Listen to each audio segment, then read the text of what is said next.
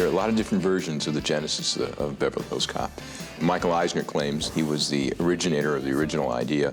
He remembers a story when his wife thought she heard burglars in the house, and the Beverly Hills Police was in there over their house within 2 minutes, running all over the roof. Then Don Simpson, who was my partner and at the time head of production at Paramount, said he was driving through Beverly Hills with his old Camaro and was pulled over by the Beverly Hills Police. And he thought, what happens if a cop from another city came to Beverly Hills driving this old beat-up car? How would they treat him? So there's two versions on how the story originated. It was in 1977, that I got a call from my agent that Don Simpson, who was an executive at Paramount, and wanted to meet and present an idea to me that he said Michael Eisner had suggested to them, and they were excited about writing up as a screenplay. They did not mention comedy at all. They wanted to do something about a cop in Beverly Hills who basically raises a lot of cane. The story for Beverly Hills Cop came to me actually on the beach in Santa Monica.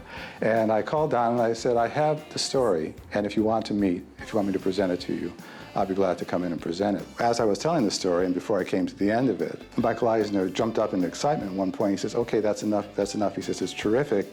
He said, don't go to outline, go immediately to screenplay. And so that's the way the story began, and I wrote the original screenplay on the basis of their approval of my story. We went in to meet with Jeff Katzenberg to try to figure out what our next projects were going to be.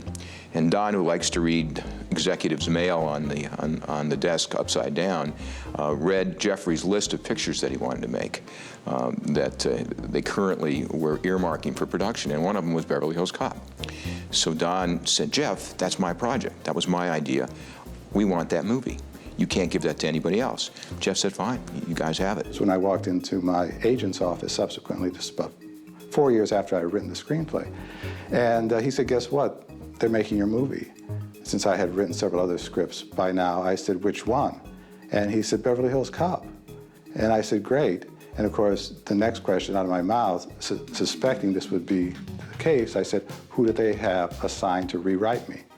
And of course, they had hired somebody else. So we sat down with, I think it was Dan Petrie, Jr., who kind of worked up Beverly Hills Cop and worked out the framework, the story, the characters. Looking at all of the previous drafts, it was a more straight-ahead action piece. When I was writing my draft, the sort of actors we had in mind, although they were never approached, were Al Pacino and James Caan and Clint Eastwood. Before we hired Dan Petrie, we thought it was a great role for Mickey Rourke. Mickey Rourke was just coming off of Body Heat, was one of the hottest actors in town. We made a holding offer while Petrie was writing the script with Mickey. We paid him, I think it was $400,000 not to take a movie. Of course, it took a little longer to develop the screenplay. The holding deal expired, and Mickey took another movie, and we lost him. I felt that my big contribution to the project could potentially be, and I believe it turned out to be, that I really wanted to push it in the comic direction. When the script came in, even prior to the script coming in, we ran into Eddie Murphy on the lot. And he said, what are you guys doing? And Don said, we're doing this thing called Beverly Hills Cop, told him the idea. And Eddie said, I'd love to play a character like that.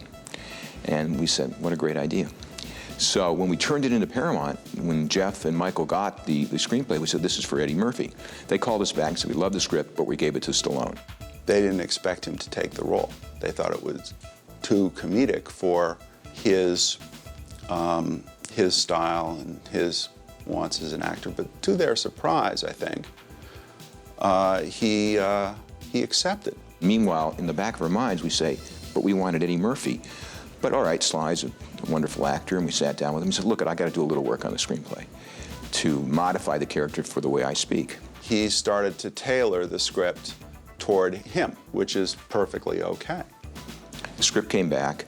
It was budgeted for around, I guess it was $14 million.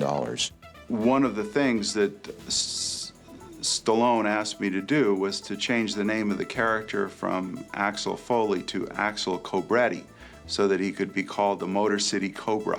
He wrote in an enormous amount of action and changed the movie quite a bit. Paramount read it and said, this is going to cost us $20 million. We can't make this movie for that price. First, I did a draft in the Stallone direction. Marty Brest came aboard at this point, had to be persuaded by Don and Jerry. Don and I were both major fans of Marty. We saw his student films. We saw his first movie, Going in Style. We really had been chasing him for a number of years on Beverly Hills Cop. Every time he got a draft in, we sent it to Marty, and every time he turned us down. They just beat on me, and Jerry Bruckheimer called me around every 20 minutes. I just kept him on the phone for a couple hours and said, "You're not getting off the phone until you agree to do this picture." And while he was talking to me, unbeknownst to me, Marty took out a quarter. And I said, you know what, I'm gonna flip this coin, and I swear to God, whatever it comes up, I will do. If it comes up, don't do the movie, I won't do the movie. If it comes up, do the movie, I'll do the movie. And I flipped the coin, and it came up heads, which was to do the movie. And I thought, oh, damn.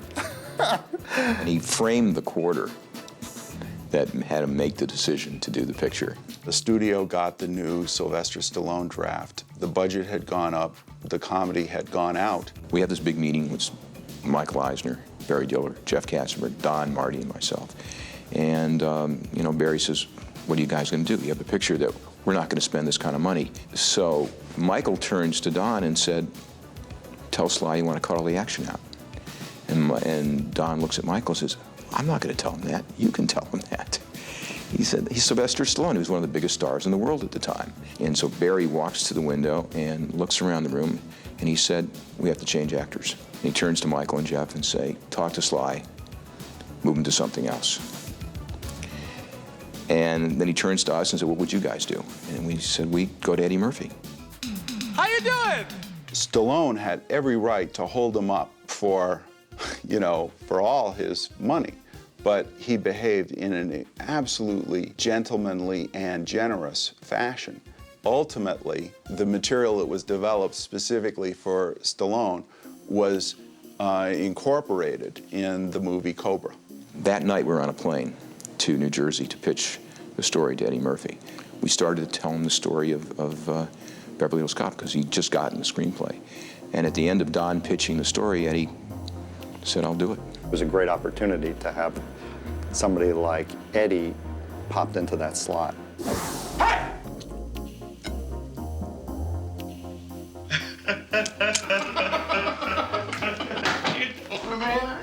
How you doing? Right. I see you still breaking in people's houses. What do you expect with that lock? Why don't you buy a real fucking lock for that door, huh? I don't need no lock. I got my pistol. I pop a cap in somebody. I can't afford no electrical bill though. Close my refrigerator. You got roaches and shit and all this out there.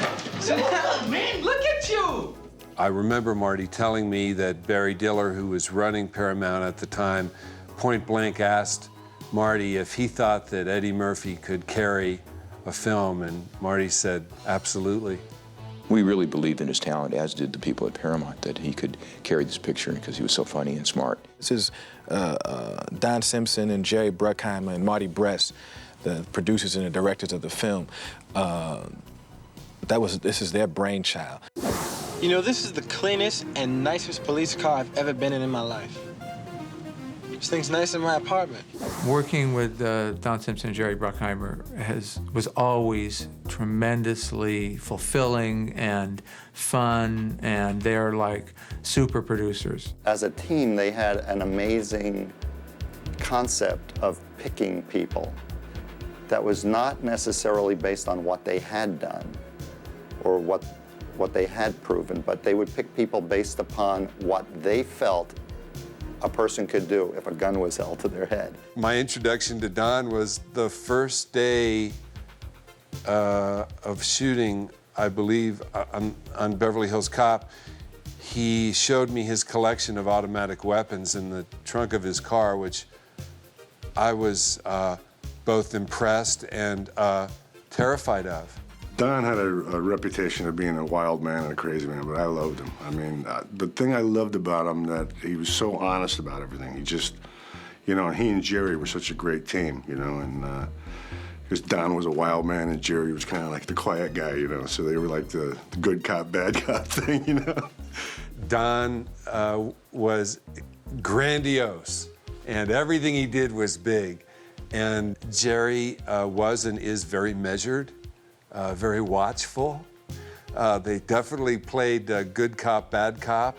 I've never been in a cell that had a phone in it. Can I stay for a while? Because I ordered some pizza. As soon as the camera was on, Eddie just transformed. He had the self-assurance of an actor twice his age. Eddie's a funny guy, and he changed things around, and he's a very talented kid.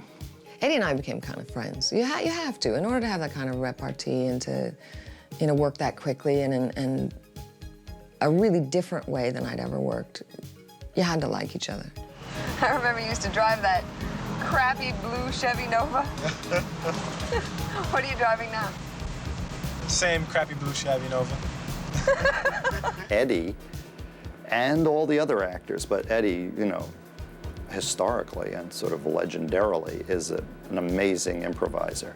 No matter where Eddie would go in his flights of improvisation, he would always bring me back to my line and feed me a line that would absolutely put me right back on point so that I could say what had to move the plot along. Eddie was a god. He was a comedy god. Jesus Christ. He almost gave me a heart attack. I met Judge through Amy Heckerling, who was an old friend of mine. There was something about his unique rhythm and you know, the quality of his personality comes through. The first time I remember auditioning was with John Ashton. We were trying to find who Taggart was going to be. I had 5 callbacks, and the 5th one I went in, and every time I went in, I read the same scene. So the 5th time I went in, they started mixing and matching people, and that's the first time I met Judge, and we were out in the hallway, and they were going to put Judge and I together to go in a room. So I said to Judge, I said, you know, what's the story about anyway? I have no idea what this, I never read the screenplay. I only had that one scene all the times that I went in there. So Judge goes, oh, you're kidding me. You don't know the story? And so he starts frantically telling me the story out in the hallway. So I said, okay, we'll just wing it and have a good time. And so Judge and I went in there, and we started ad-libbing stuff and doing things, and a lot of that stuff that we did was in the movie. I remember Marty calling me up. He says, you got to see these 2 guys. You got to come in and see these 2 guys. And he had Judge in there. And he got Judge through Amy Heckerling, because he called Amy and said, I need a really straight-looking comedic actor. And Amy had just worked with Judge. And Marty brought him in, read him, liked him a lot. And then he found John Ashton. He put the 2 guys together, and he just let them riff, because they were such opposites. That worked great. So that all came out of improv that Marty created and Marty found. I've always been a huge fan of Laurel and Hardy and the Honeymooners, and the opportunity of developing a combo like that seemed really delicious to me. We improvised a lot in the audition, and I remember Marty's big direction to us was, you're an old married couple. And Rosewood, you are the overly concerned wife, and John, you are the henpecked husband.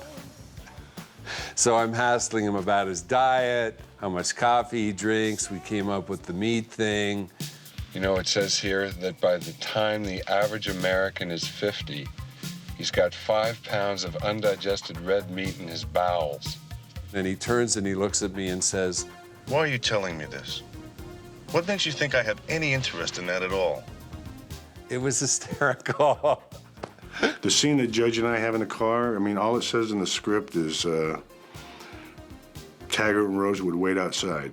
You know, I noticed you've been drinking a lot of coffee lately. Well, I think that's why you have a hard time relaxing. You know, all that stuff they did while they were waiting outside the hotel was stuff that I had written down from their improvs when they were auditioning. Well, the scene climbing over the wall, that was totally improv. I mean, Marty just came up to Judge and me and said, just have a hard time getting over the wall. Okay.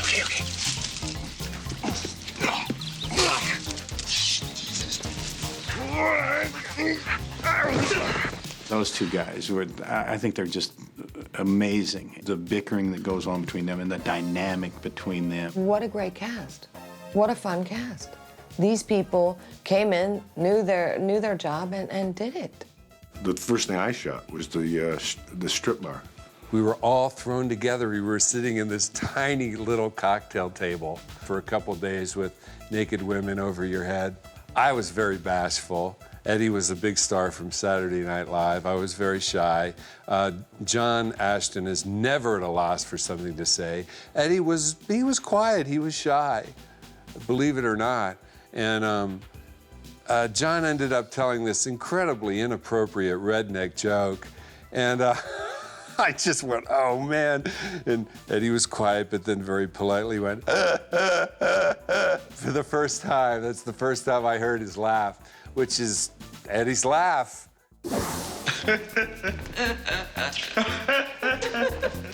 John and I improvised a lot when we were together. But whenever we were with Eddie, it was kind of more like us just reacting to what Eddie was saying. There were times we had no idea what was going to come out of his mouth. We were shooting in the Beverly Hills Police Department set, and it had no air, and Eddie was getting really tired. And Eddie was very pure, you know, never drank coffee, nothing. And he decided that he was getting so groggy in this set that he would relent and have a little coffee. Being that his system was so pure, the coffee sent him through the roof. He's spinning this story about how Taggart and I ended up saving the day at the strip club. And he talks about how we're super cops and how we're really cops with capes. I did not know what was going on. I was watching the show having fun. I'm still freaked out by it. You must have a sixth sense. I don't know what you teach these fellows, but they're not just regular cops, okay? They're super cops.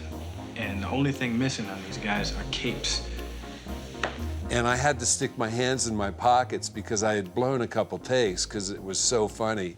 And I squeezed myself, I pinched myself so hard.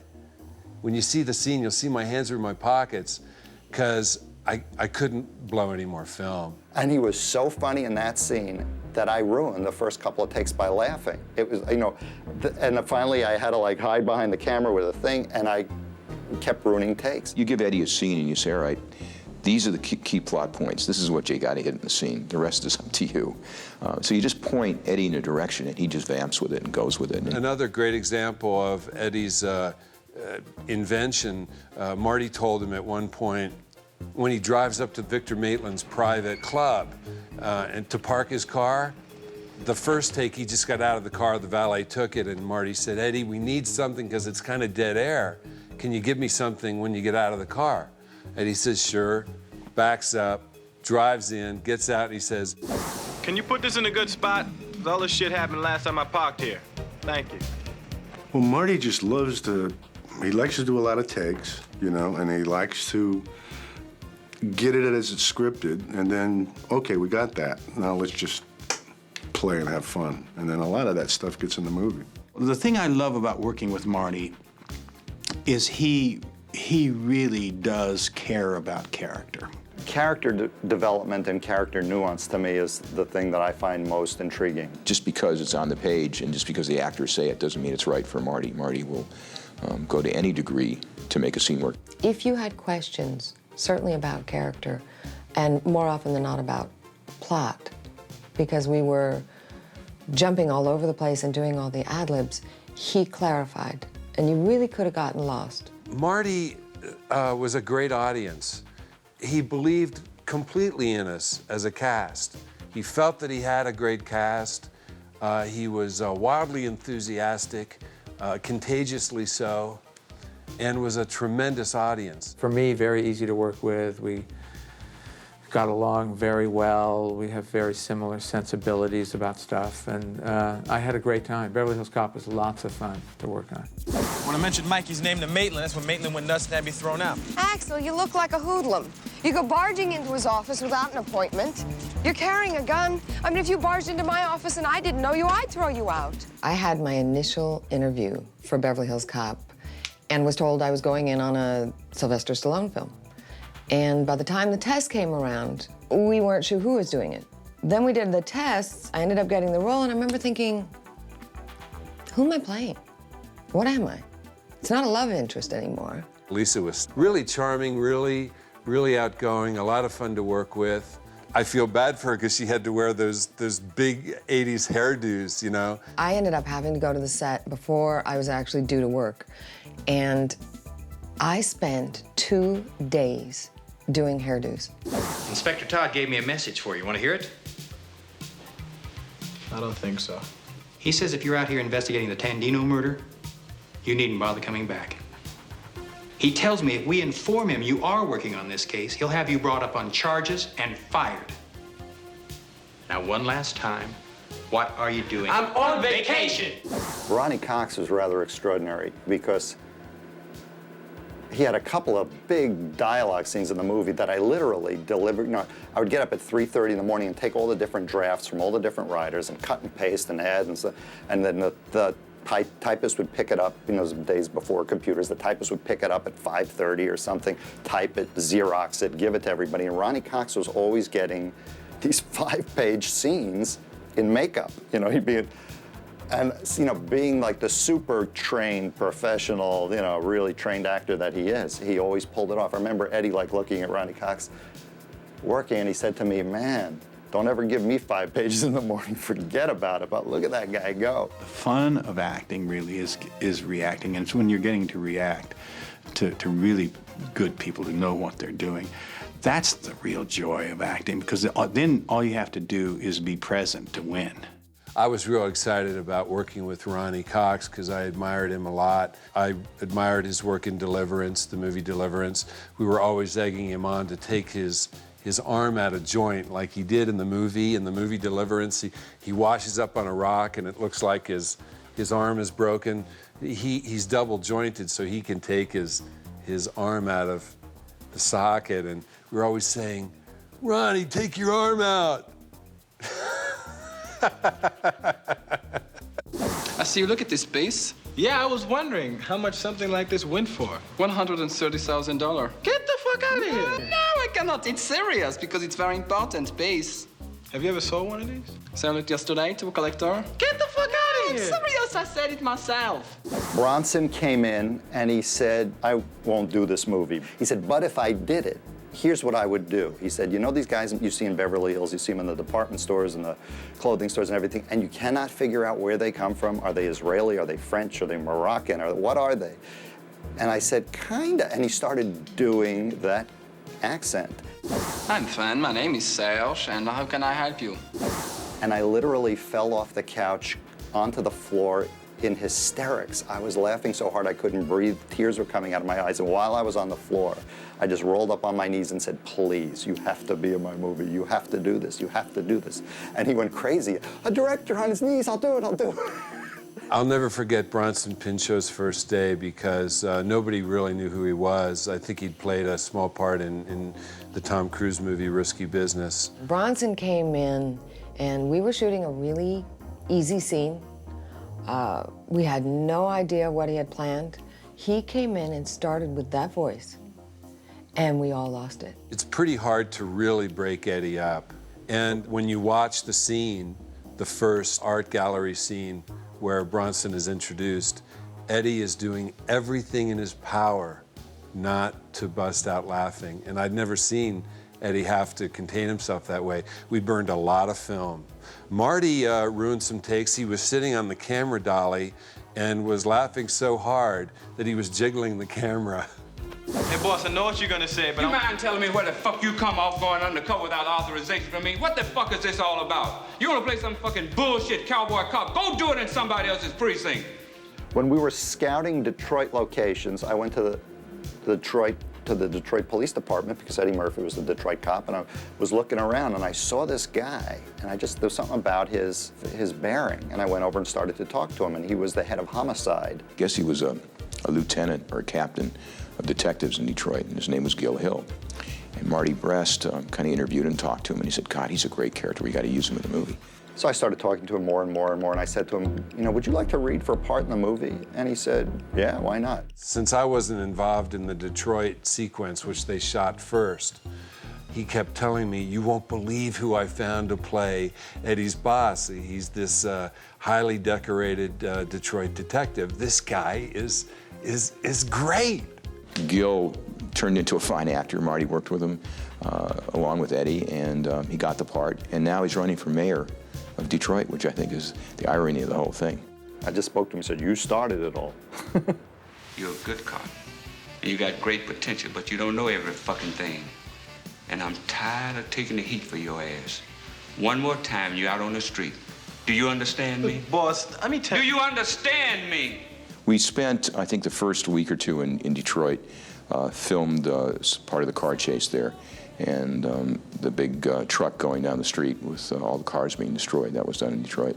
You know, we called that truck, we called it the train because it was unstoppable.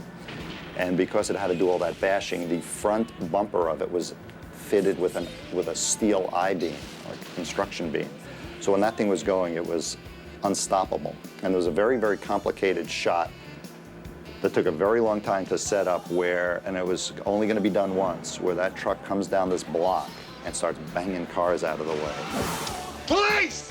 You're all under arrest! Lay down your weapons in front of you and take 2 steps back with your hands up!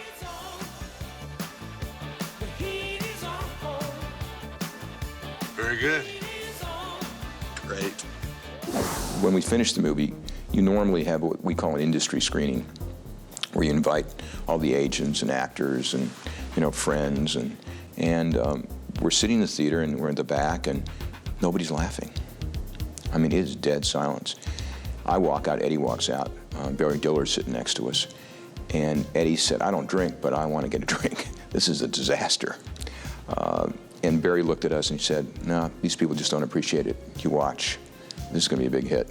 It changed the way cop movies. Before that movie, it was like cops were, go ahead, make my day, and Charles Bronson and Clint Eastwood. And after that movie is when cops started having little wisecracks. And after that movie is when all the cops tried to be kind of funny. The very first time we ever showed that movie to an audience, it scored the highest score of any movie in the history of Paramount. The exact opposite of the Hollywood screening. And Don and I, from that moment on, said, why are we torturing ourselves showing our movies to Hollywood? Let them pay money to go see them. People stood up during the movie and yelled at the screen. They yelled at characters on the screen. It was an insane screening. It was like a rock concert. I mean, the kids were exploding with laughter, and they were just having the best time. And Eddie had a thrill sitting in the back of the theater watching the kids really enjoy it. I could see the big grin on his face. And then there were lines around the block for months, lines around the block. How could I have a bad day? It was extremely gratifying to get that kind of audience response. A week before Beverly Hills Cop opened, I had to show 2 pieces of ID at the bank that I'd had an account at for like 5 years. And a week after it opened, there was a Spanish family on the freeway pulled up to me on the freeway asking me to pull over so I could sign autographs. It was a profound change in my life. That movie was really an original type of, action comedy. It was one of the first ones to really, really, really be successful, And that's what, if you're involved with something that's original, you'll always go back and try to rehash it. Hey, guys, y'all didn't have to come down to see me off, but I'm very moved by the gesture. Thank you. Bogomil ordered us to make sure you got out of town. It doesn't even matter to me, Billy. You know what matters? That you guys came down here. I'm all choked up on the inside. I got a lump in my throat. You look a little misty yourself there, Taggart. Had no idea that film would be so successful. We didn't know we were doing what would prove to be such a successful film, so we were so relaxed. We just had a good time. I never ever thought that I would be associated with anything of that magnitude, but I wasn't surprised that people responded to it because it seemed like a film that would, that one would enjoy. It was really fun. I just had a great time.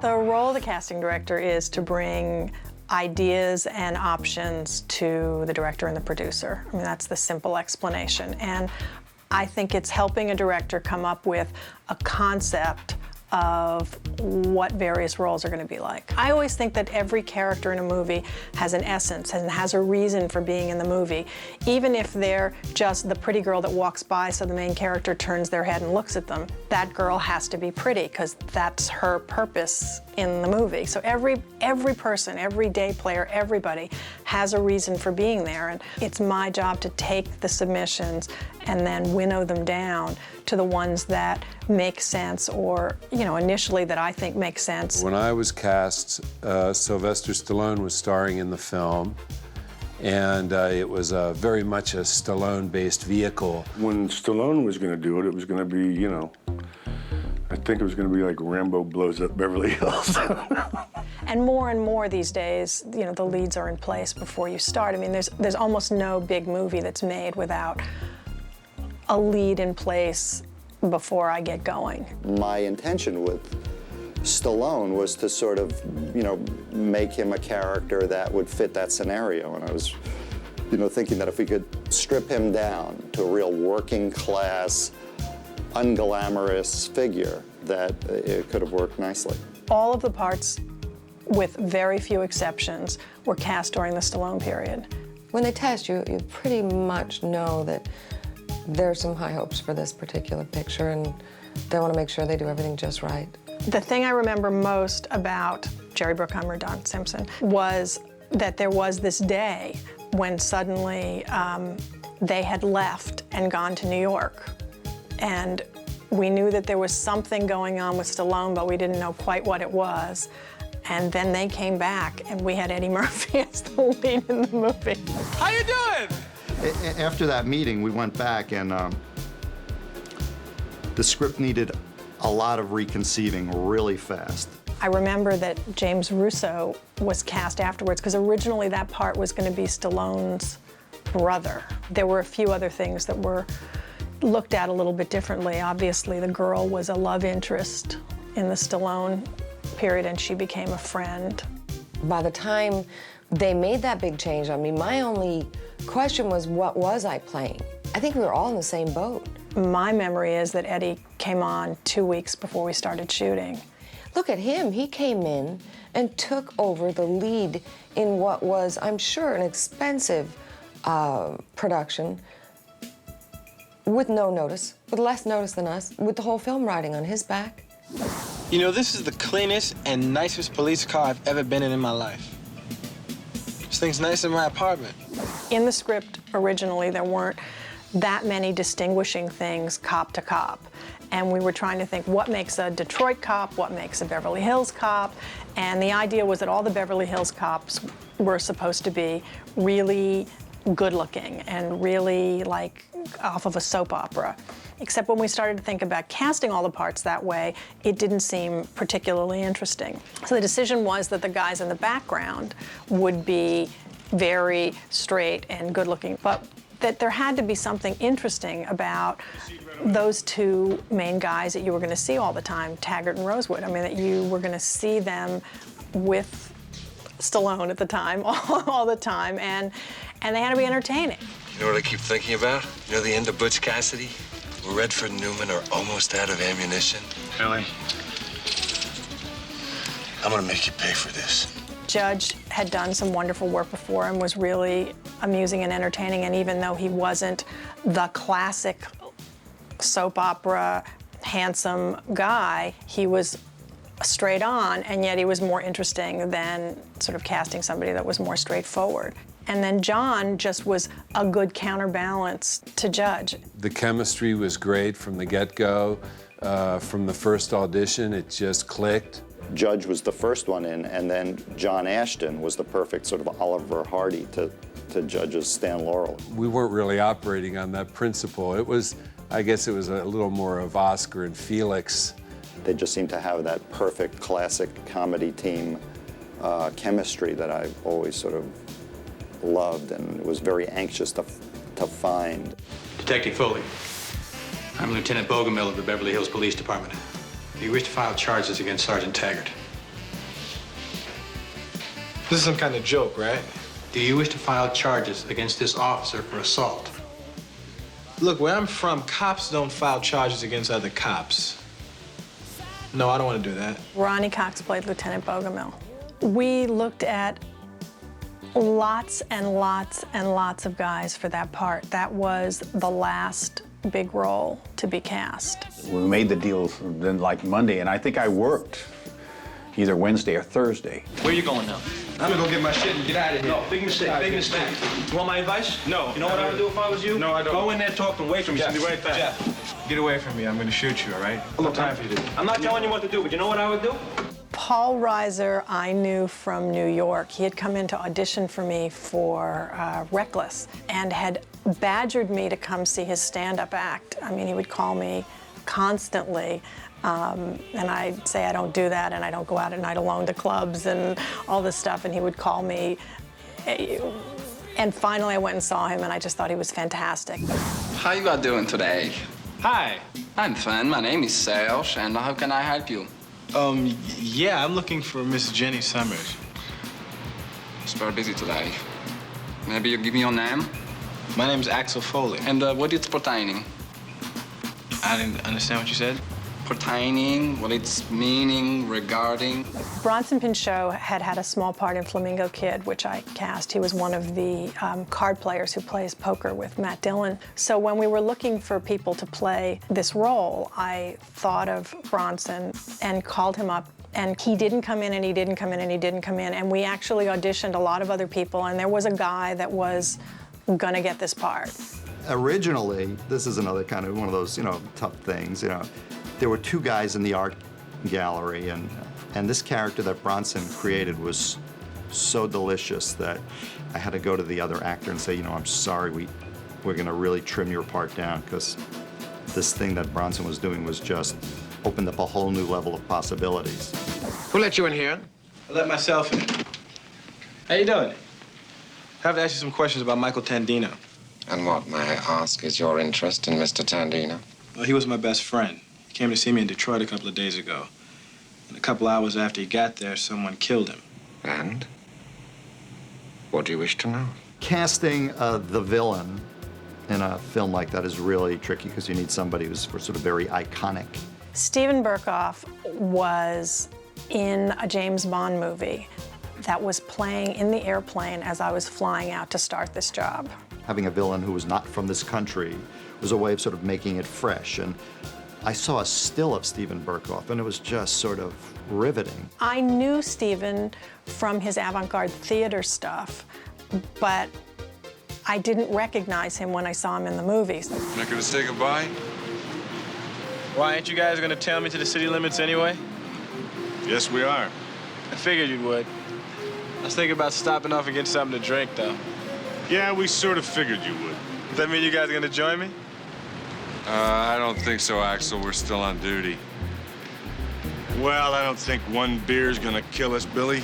Doing Beverly Hills Cop was a significant thing in my career and in my life. It was the first big Hollywood movie, first big studio movie that I did in Los Angeles with a big movie star attached. And it was a fantastic experience working with Marty. I know this sounds corny, but was really, really great. He's really smart, really understood and appreciated good performances, and was a great person to work with and collaborate with. And that's what makes my job fun and interesting, is to have terrific people to work with. And Don and Jerry, really smart, interested, understood the value of having good people in those parts. And, really, what more could you ask for?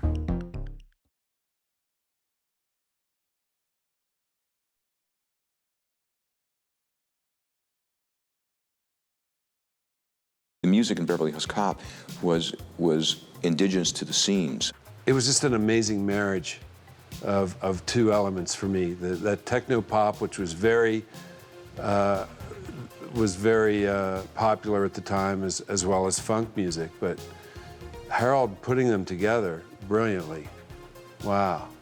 The production schedule and the post-production schedule, the editing and music schedule of the film was very, very tight. The whole process of Beverly Hills Cop was fast. I think it was a 26-week project from start to finish. So we really had no time to think. We just had to do. What would happen is we'd finish editing all day and doing, you know, even mixing the sound on the other parts of the movie, and go to Harold's studio at night, and he would play pieces that he did.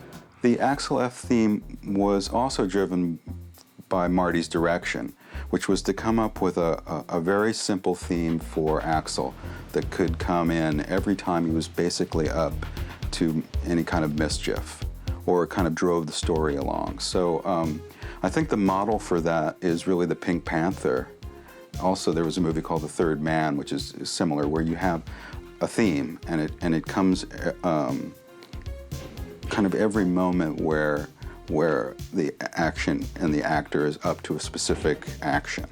So when, for example, when in the middle of the movie, Axel sends this tray out with some food for Taggart and Rosewood waiting in their car, they've sort of built up this idea that Axel is mischievous, and just purely by starting that theme on the guy carrying the tray with food, I think it pays off, because you get a laugh out of that.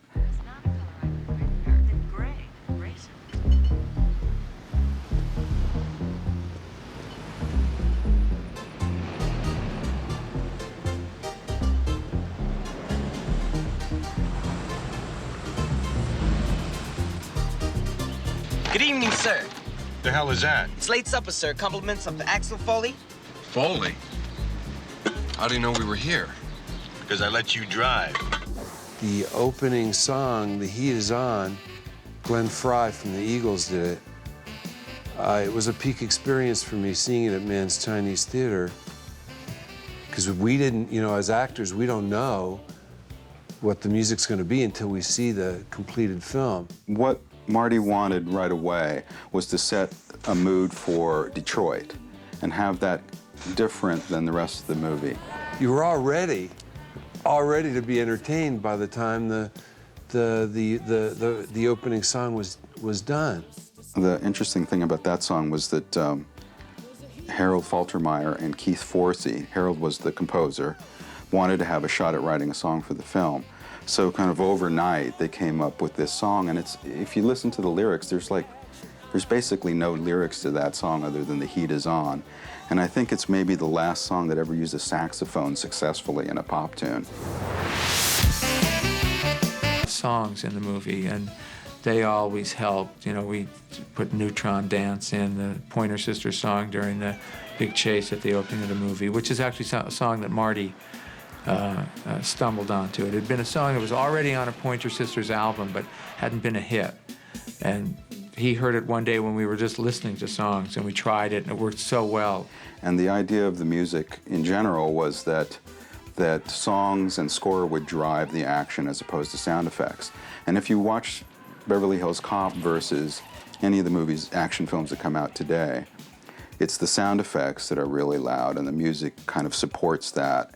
But what Marty wanted to do, and what Don and Jerry wanted to do, was to play songs as the driving force for the action. When they had the Pointer Sisters over the big chase, it was part of the fabric of the film. It was almost score. I mean, their vocals were the melodies that was driving the chase.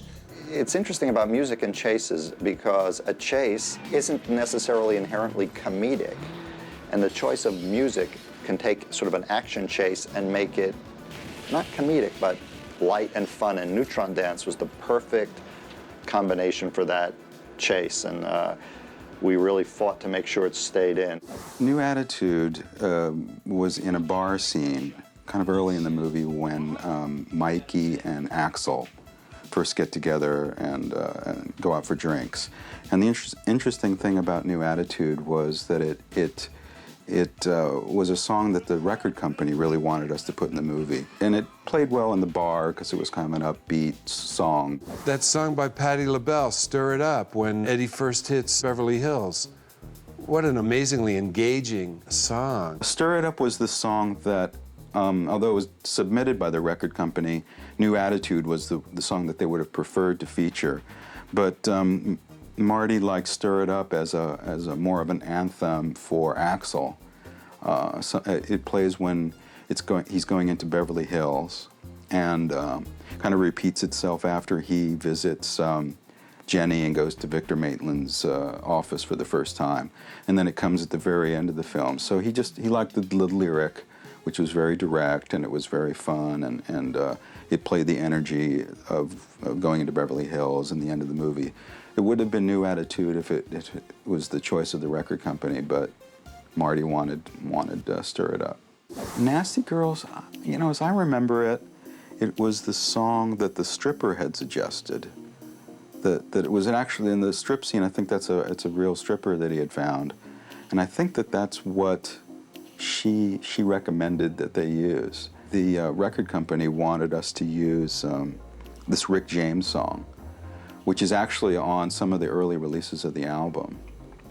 And to the credit of Don and Jerry, they left it to Marty, and in the last minute on the dubbing stage, we had Rick James on one track and Nasty Girl on the other, and Marty chose Nasty Girl, which I think, to his credit. Music is a big part of our culture, but it has to work with the picture. What we try not to do is jukebox our movies, where you just throw a bunch of songs in so you can have an album that really have no bearing.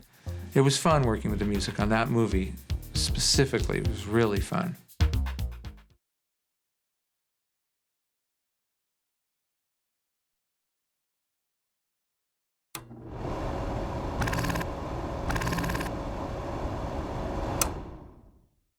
Tell me something, fella. What's going on? Shit. I've been here too long. Talk to me. That movie moves so fast. It moves, I can tell from the scenes that we did that the movie's gonna move like that. So it's pretty hard to say like, well, in this scene, there's so-and-so and so-and-so. And most of the exposition in the movie, like, it's like the movie's like roller coaster, and it's like a point where it's like, and this is what's happened, and then it's like the end of the ride again.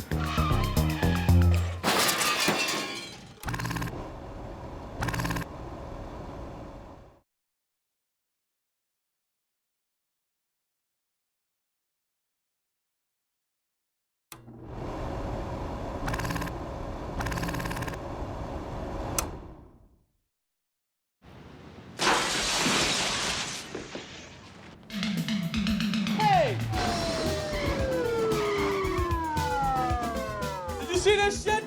I can describe all of them. Please move to the side of the car and put your hands on the hood. And the script, the Beverly Hills Cops go by the book, and I'm a street cop. I got thrown out of a window, man. Gun, partner. They look all like movie actors. They're all very well built and handsome and polite. Up to you. You guys are so sweet, you know that? I was brought up in New York, and the cops in New York, you know, you couldn't tell the cops from the bad guys. They're great cops, but of a totally different style.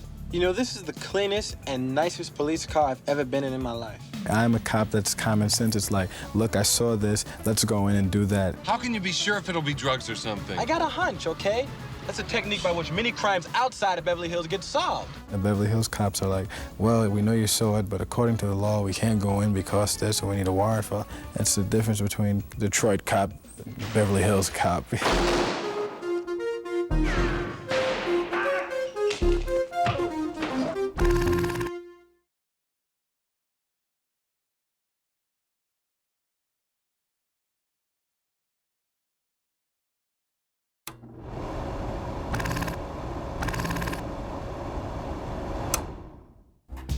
Good.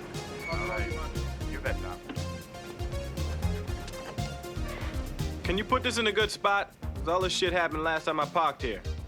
It's sort of like the old Sid Caesar show, your show of shows, where they'd do an hour and a half every week. And that's what we've been doing. You know, we'd get up in the morning real early and say, well, this page is funny from this script, and this scene is good from that script, and we paste it all together and write stuff in between, and we get the typists in at 7 o'clock in the morning.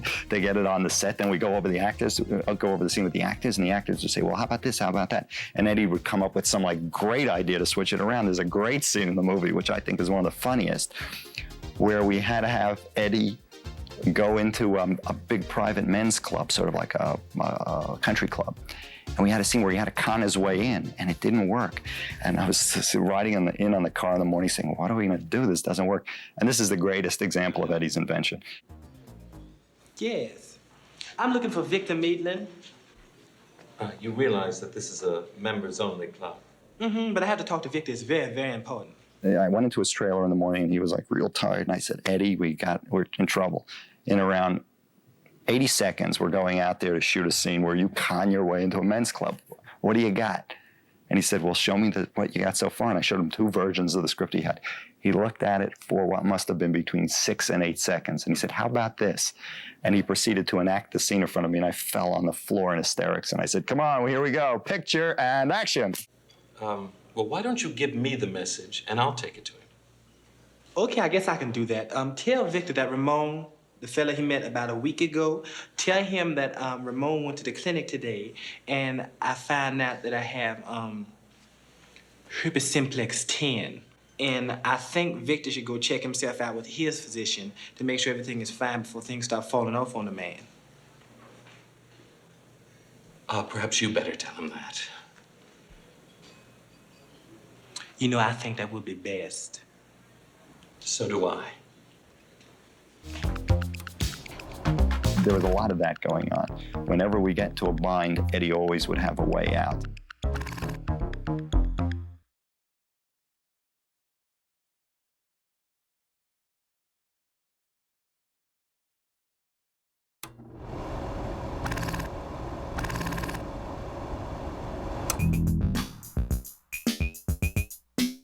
Laurel and Hardy movies mesmerize me. They just turn, it's like when you pick up a kitten by the back of their neck, they kind of go like that. Laurel and Hardy movies do that to me. If I had my choice to have been anywhere in the history of movies, I would have wanted to direct Laurel and Hardy movies. Well, I finally got the chance. Taggart and Rosewood, John Ashton and Judge Reinhold, who are the modern day Laurel and Hardy. John Ashton plays this kind of gruff, grizzly, sort of tough Beverly Hills cop. You want to start some static? Hey, don't push me. Fuck you, man. And Judge is sort of this cultish, young, well-intentioned, but really sort of naive, innocent kind of a cop. It's late supper, sir. Compliments of Axel Foley. Foley? How do you know we were here? Because I let you drive. And they're partnered together, and they never quite, Judge doesn't really know what's going on, and the other guy can't believe he got stuck with this little puppy for a partner. It's just adorable to watch these two. They're hysterically funny. They're a great team. A banana in your tailpipe. How could you not notice a man sticking a banana in your tailpipe? Well, he distracted us, sir. And how'd he do that? Boy, he sent us a late supper, sir. See, this waiter comes over. Billy, he gets the point. A late supper. And what did you have, Rosewood?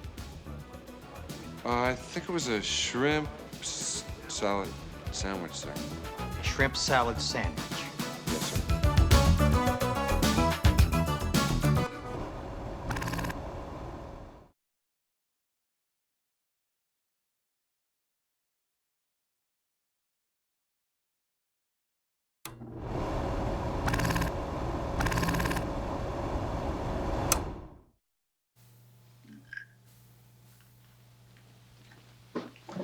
Mr. Karbanowski will see you now.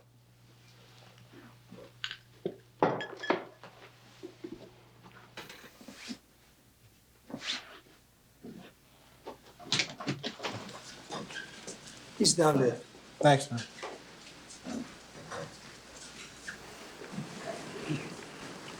How you doing, Mr. K? I'm sorry to bother you. It's all right, Axel. Sorry to hear about Mikey. You want something to eat? You look terrible. I'm all right. Who'd they put on the case? Ran. Ran? 2 weeks will be calling it a suicide. Look, Mr. K, the reason that I came down is because, I know the reason you're here.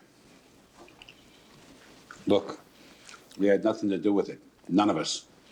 Mikey was a little wild, a little crazy, a little stupid maybe, but he didn't deserve what he got.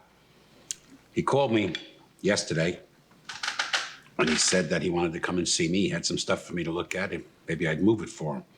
I told him to stop around tonight after dinner, and as you know, he's not going to show up. well, Mikey had a job in Beverly Hills. You know anything about that? Yeah, he was working for some guy out there who moves a lot of shit. Come on, Mr. K, I need a hand here. Let me tell you something, Axel. These guys out on the West Coast, they're all independents. They go out and do their thing. They don't ask anybody's permission. You go out there and try to find Mikey's killers, and you're gonna get yourself killed. Axel, trust me, you're out of your league. And that's all I can tell you. So tell me something. If I were to go out to Beverly Hills, I'd be making a mistake?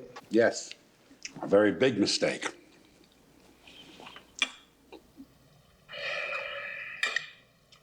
But then again, you might be on the right track.